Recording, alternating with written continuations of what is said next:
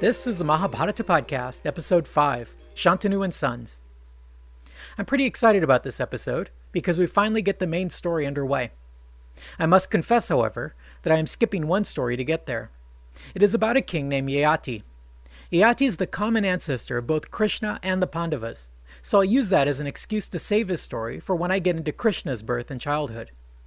Yayati's tale comes right after the story of Bharata, but actually takes place much earlier in time. I imagine that its role in the epic is mainly the same as that of the tale of Bharata. It tells us about one of the founding fathers of the dynasty. In terms of nomenclature, the heroes of the story are identified by three founders. The first would be the dynasty founded by Puru, who was Yayati's son. Thus, our main characters are sometimes called Pauravas. The second name for this dynasty is Bharata, whose founder we met in the last episode. And the final name, which is used most commonly, is Kuru, from which we derive the name Kauravas, or descendants of Kuru. Kuru was a descendant of Bharata and ancestor to the main characters in the story. Kuru's main claim to fame was that he recovered the kingship of Hastinapur after his people were driven out by the neighboring king of Panchala. Thus, the 100 sons of Dhritarashtra are often referred to as the Kauravas. Before I get started with Shantanu, I would also like to comment on the last episode about King Dushanta, Shakuntala, and their son Bharata. It is strange that despite Bharata's significance, after all the book is named after him, he plays a very minor role in it. In fact, other than the vague description of him conquering the world, the only detail we get about him is this sordid little story about his birth and legitimacy. Now I imagine most kings act like jerks on occasion, but Dushanta comes across as a real prick. And his son Bharata is just a cardboard cutout representing powerful kingship. One of the great things about this epic is that the main characters have real depth to them. You can examine their actions and motivations from many different angles and always come up with new vistas.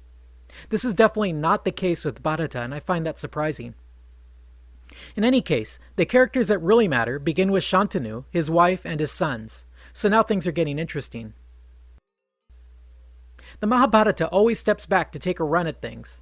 And the story of Shantanu is no exception. It actually starts before he was born, with his father Pratipa.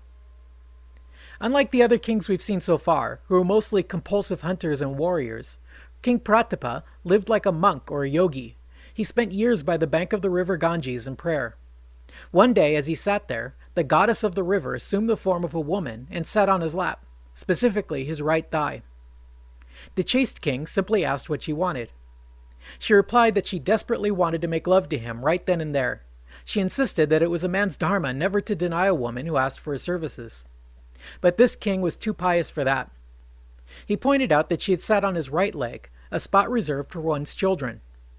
Had she sat on his left leg, which was for lovers, then that would have been another matter.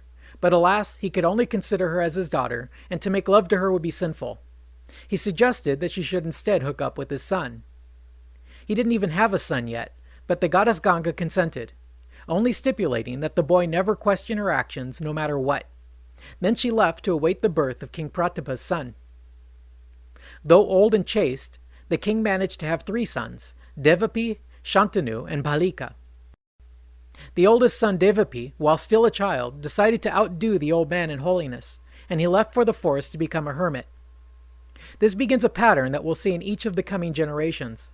The first son is passed over and the kingship is given to the next in line, which in this case was Shantanu. As for Shantanu's younger brother Bhalika, little more is heard of him. There's a passing reference that he had helped his brother in warfare, but he must have died childless, because his descendants never intruded on the questions of inheritance that came later. Shantanu was truer to his caste than his father. He spent his time hunting instead of praying, and when he encountered a beautiful woman along the banks of the Ganges, he didn't even bother checking whether she had an acceptable pedigree. He wanted her now. This woman was, of course, the same goddess of the river, Ganga. She told him she would be his queen, but only on the condition that he never question her actions, never stop her, and never criticize her. The excited king immediately agreed to her terms, and the two of them entered a period of conjugal bliss. Things went swimmingly for the two of them until she became pregnant. The king was delighted when she gave birth to a fine son, but horrified when, as soon as she was able, she took the infant to the river and drowned him, saying, "I do you a favor," as the child gasped its last breath. Remembering the hasty oath he had sworn to her about keeping silent, He tacitly tolerated this act of infanticide. Amazingly, this pattern repeated itself 6 more times. His wife got pregnant, gave birth to a perfect son, and then drowned him in the river. Finally, Shantanu could take no more of this, and as she took the 8th child to the river, he broke down and stopped her before she could kill the boy. He violated every stipulation in their agreement. He asked her, "Who are you really? How could you commit this horrible crime yet again? Stop this, you evil woman." He even forcibly stopped her at the riverbank. The goddess turned to him and said, "You shall keep this 8th son."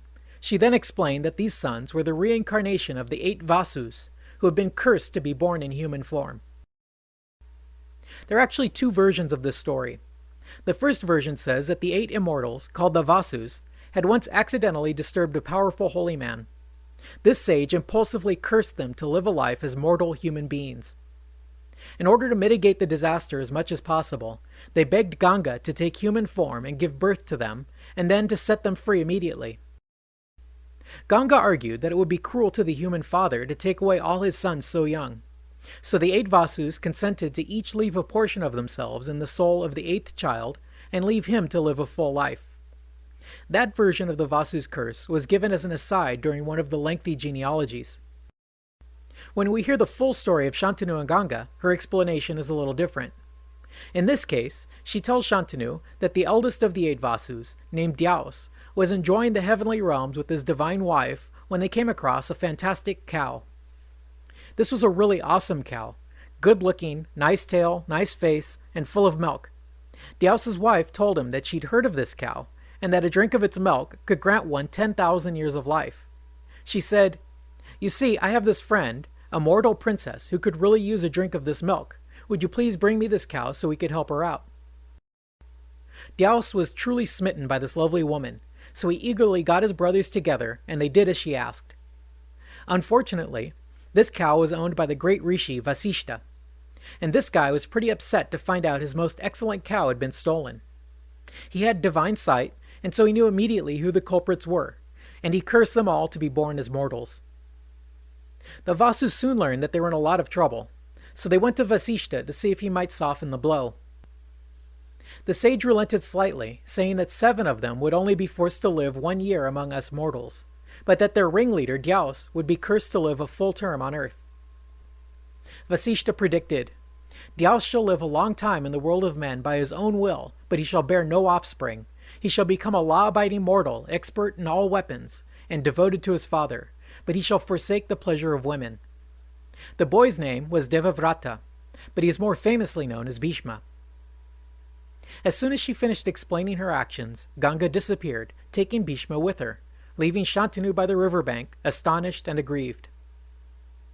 An interesting aside here is that the god Dyaus is the Sanskrit version of the name Zeus. You can see that by this time in the Hindu pantheon, Zeus has really gotten a demotion. He used to be known as Indra's father, and his consort was Prithvi, who was the earth mother, and the 2 of them founded all of creation. But in this book, his wife is just a flighty nymph who's not even named. And as for Dyaus, he is sunk so low that some obscure rishi is able to curse him to life as a mortal. Of course, it's never safe to mess with Hindu sages. So the goddess Ganga and her son Bhisma both departed for the higher realms and left Shantanu to return to his regular pursuits, which was mostly hunting. This he did for many years, until one day, while hunting along the banks of the river, he saw the water level rapidly dropping. He looked further upstream and saw the river was blocked by a flurry of arrows. The archer was a divine-looking boy, who shot the arrows so quickly that he was somehow able to dam up the river and literally stop the flow. After a moment, Shantanu recognized the boy as his own.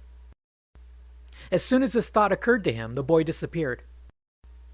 Shantanu called out to Ganga, and she appeared before him with the boy. This is one of my favorite scenes in the Indian television series about the Mahabharata. The special effects are fantastically primitive. Made entirely out of modeling clay, the river is obviously no larger than a few gallons of water. If you're interested, you can watch this series with English subtitles on YouTube, but at 90 episodes, it is quite an endeavor to stick it out to the end. Now, I'm not quite sure the symbolic meaning of this incident. Why is the boy firing arrows into a manifestation of his own mother? Maybe it was only meant to be seen as a great feat of arms and nothing more, but it still strikes me as strangely symbolic of something, but I'm not sure what. Having been called out by Shantanu, Ganga delivered up the boy Bhisma. She told Shantanu that Bhisma had been fully trained in the Vedas, in government, and in warfare. He was a perfect Kshatriya prince. Shantanu brought the boy home with him, and of course everyone was delighted with this flawless heir to the throne of Hastinapur. What could possibly go wrong? It appears that young Bhisma just stepped right in and took over the reins of government for his father, who wasn't really interested in that kind of stuff anyway. All Shantanu really wanted was to get back to hunting as soon as possible.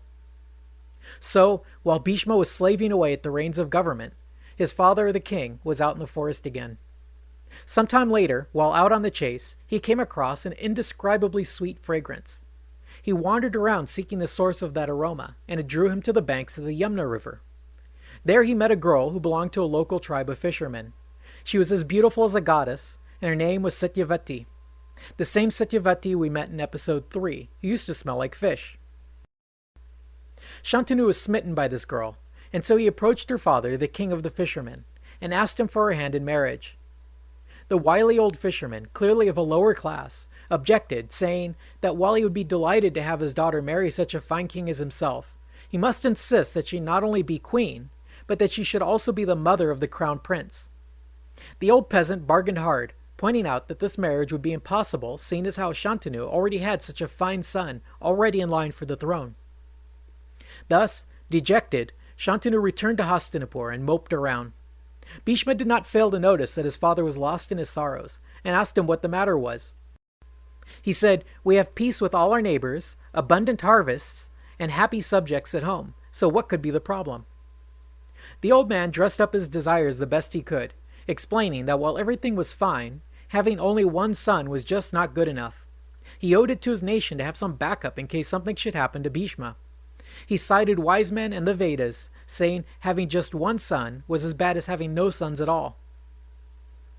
Now, I tend to think of Bhisma as one of those passive-aggressive types, who take their extreme piety and virtue and whack you over the head with it. In this case, not satisfied with his father's answer, he investigated the matter some more, and this led him to the Fisher King and his fragrant daughter. It seems Bhisma already had something in mind, because when he went to meet this fisherman, he brought his father's senior advisors along with him, presumably to be witnesses. The Fisher King repeated his demands to Bhisma, and Bhisma tried to solve the problem by swearing an oath. He said he would forsake the throne in favor of Satyavati's offspring. The fisher replied that this was all very noble of him, but it wouldn't do. After all, once Bhisma became a father, competition for the throne would be unavoidable. So Bhisma swore a second oath, with the senior nobility as his witnesses, that not only would he give up his claim to the throne, but he would also never marry nor ever have any children. This incredible act of piety and renunciation echoed through the higher realms. In the sky, gods and apsaras gathered round and showered him with flowers, saying, "He is Bhisma, the awesome one." At this, the fisher agreed, and Bhisma loaded up the girl and headed back to Hastinapur. As Bhisma delivered the happy girl to his father, Shantanu was so pleased that he granted Bhisma a boon that he would be able to choose the time of his own death. We are not told what authority Shantanu had by which he was able to grant this boon, but it is an important fact about Bhisma that he would not die until he himself willed it. In the course of his marriage with Satyavati, Shantanu fathered 2 more sons, Chitrangada and Vichitravirya. While both boys were still children, Shantanu died, leaving Bhisma as regent and Satyavati as queen mother. In the next episode, we'll see how Bhisma and Satyavati deal with the crisis of fertility in the Bharata dynasty. It will become increasingly clear that Bhisma's extravagant act of filial piety will result in an unmitigated disaster for the Kuru dynasty. In fact, after we have reviewed the entire tale, you will look back and see that this one act, that seemed to be done purely out of selflessness and love, was precisely the decision that resulted in all the tragic destruction that would eventually follow. We shall see that it was a son's love for his father, and then a father's love for his son, that led directly to the brutal civil war and eventual decimation of the Kshatriya caste. Thanks for listening.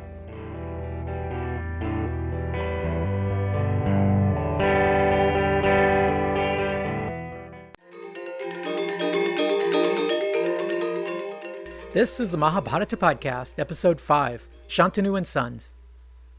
I'm pretty excited about